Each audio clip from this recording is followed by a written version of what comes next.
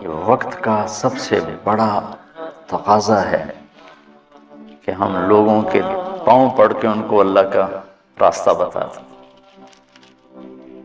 لاہور میں ایک لڑکی، بدنام زمانہ ہے وہ، میں نے ایسے ہی اسے سلام دعا کر کر کر کر ماشاءاللہ 5 وقت نمازی بن گئی۔ تو وہ ایک جگہ شوٹنگ ہو رہی تھی، تو میں نے اسے فون کیا،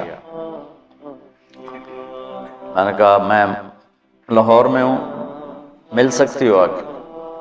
اس نے کہا میں تو شوٹنگ کر رہی ہوں، 10 بجے فارغ ہوں۔ میں نے کہا اچھا بیٹی، جب فارغ ہو جاؤ نا پھر آ جانا، میں تیرا انتظار کروں، چاہے لیٹ بھی ہو تو آ جانا۔ یہ ہے کوئی 8 بجے کے بعد، 9 بجے پوری شوٹنگ ٹیم، باقی اداکار، ڈائریکٹر، کیمرہ مین سارے وہاں پہنچ گئے۔ میں بڑا حیران ہوں، میں نے کہا تم تو کہہ رہی تھی میں 10 بجے فارغ ہو گئی۔ وہ کہنے لگی میں نے اپنے ڈائریکٹر سے کہا کہ مولانا طارق جمیل صاحب نے مجھے فون پہ کہا ہے کہ جب فارغ ہو تو آ کے مجھے مل جانا۔ وہ ڈائریکٹر بھی سامنے بیٹھا تھا، تو یہ کہنے لگے کہ مولانا طارق جمیل صاحب تیرے جیسی لڑکی کو فون کریں گے، یہ کیسے ہے؟ انہوں نے کہا آپ یہ کہتے ہو تو مجھے بیٹی کہتے ہیں۔ تو اس نے کہا شوٹنگ آف کرو، پورا سارا شوٹنگ کا جتنا بھی عملہ ہے چلو چل کے مولانا کی ملاقات کرو، میں اس آدمی کو دیکھنا چاہتا ہوں جو ایک طوائف کو بیٹی کہتا ہے۔ وہ سارے مجھے ملنے آ گئے، سارے۔ صرف ممبر پہ بیٹھ کے تقریر کرنے کا تمہیں شوق ہوتا ہے کہ ہم بھی علامہ کہلائیں، ہمارے بھی کوئی جوتے اٹھائے، کوئی بیگ اٹھائے، کوئی آگے چلے، کوئی پیچھے چلے، کوئی چائے پیش کرے، کوئی روٹی پیش کرے۔ شاہ اسماعیل شہید نے بازار حسن میں گشت کیا تھا، موتی طوائف کے پاس گئے تھے، اللہ مجھے بڑے بول سے بچائے، اللہ مجھے بڑے بول سے بچائے، اللہ مجھے بڑے بول سے بچائے۔ 1831 میں ان کی شہادت ہوئی ہے، 1831۔ تو 1831 سے پہلے کا زمانہ، یعنی 1810-20 کا زمانہ لگا لو، جب وہ دلی میں ہوتے تھے۔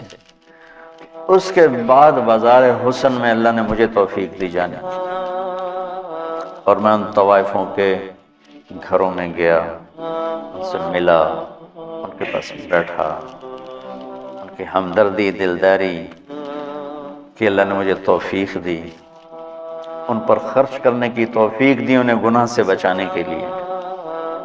تو اب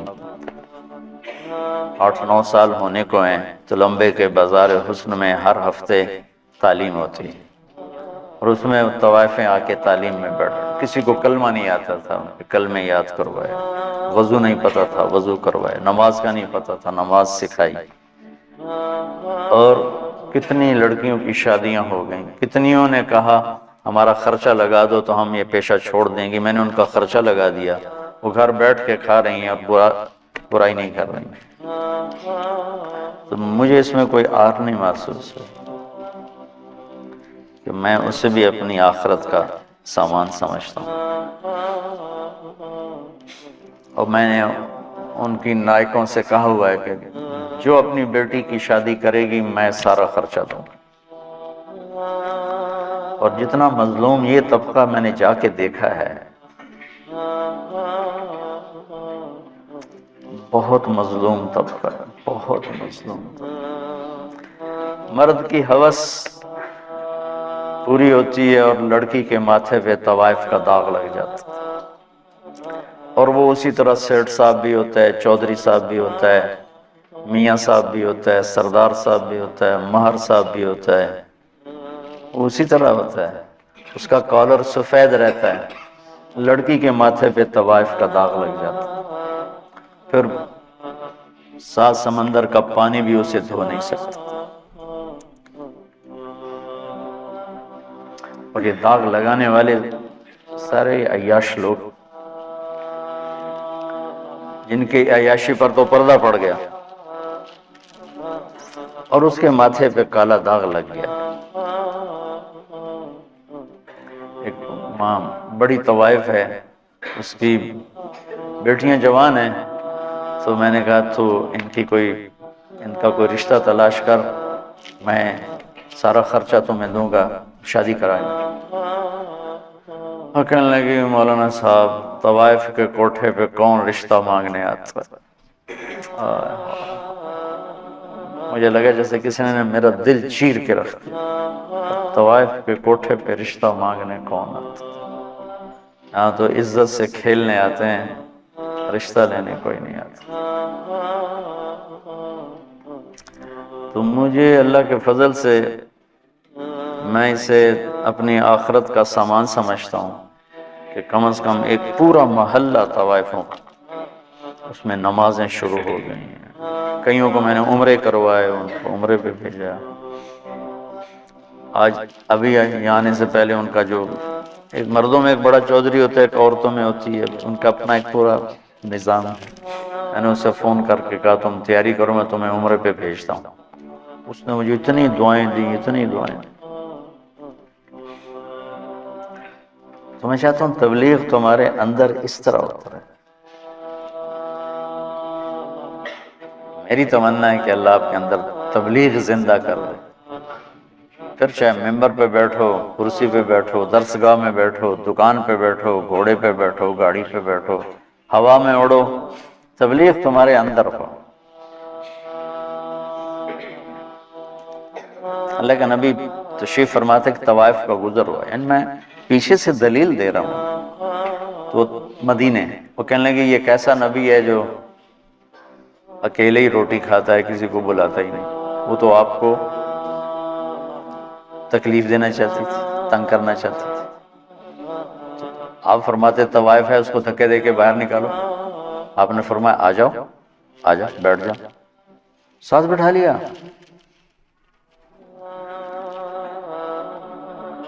تو کھاؤ. اس کا مقصد کھانا نہیں تھا، اس کا مقصد آپ کو غصہ دلانا تھا، آپ کو تنگ کرنا تھا کہ یہ کچھ کہیں گے پھر میں کہوں گی ویکھ لیا توڑا نبی اے گلاں کرتا ہے. کہنے لگی یہ نہیں کھاؤں گی، جو تیرے منہ میں لقمہ ہے چبا رہے وہ نکال کے مجھے کھلاؤ.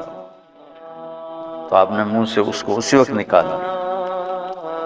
ہمارے پنجابی کی مثال ہے کبا، سمجھتے نا کبا، کبڑا. کبے نو کہیں لت ماری وہ سدھا ہو گیا. کہ بھائی تیری مہربانی. تو وہ کبے والی لت بن گئی. وہ تو آپ کو تنگ کر رہی تھی، اور اسے کیا خبر کہ نبی کے منہ کا لعاب جب اس کے منہ میں جائے گا تو کیا ہوگا. آپ نے اپنے ہاتھوں سے نوالا نکال کے اس کے منہ میں ڈالا، ساتھ ہی اس کا سینہ روشن ہو گیا. وہ کلمہ پڑھ گئی اور مدینے کی شریف ترین خواتین صحابیہ بن گئی. تو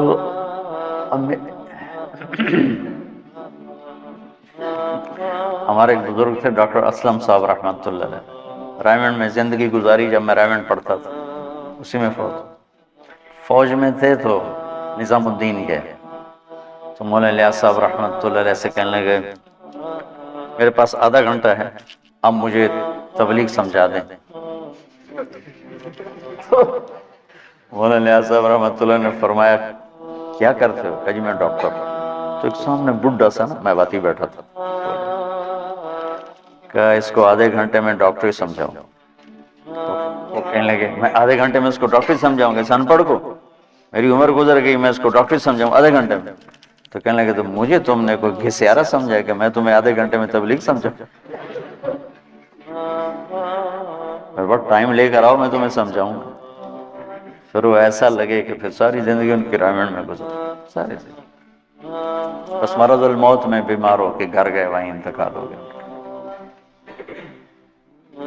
تو جو کچھ میں نے دیکھا ہے، یا 50 سال ہونے کے مجھے تبلیغ میں، وہ میں تمہیں ممبر کے 1 گھنٹے میں کیسے سمجھاؤں.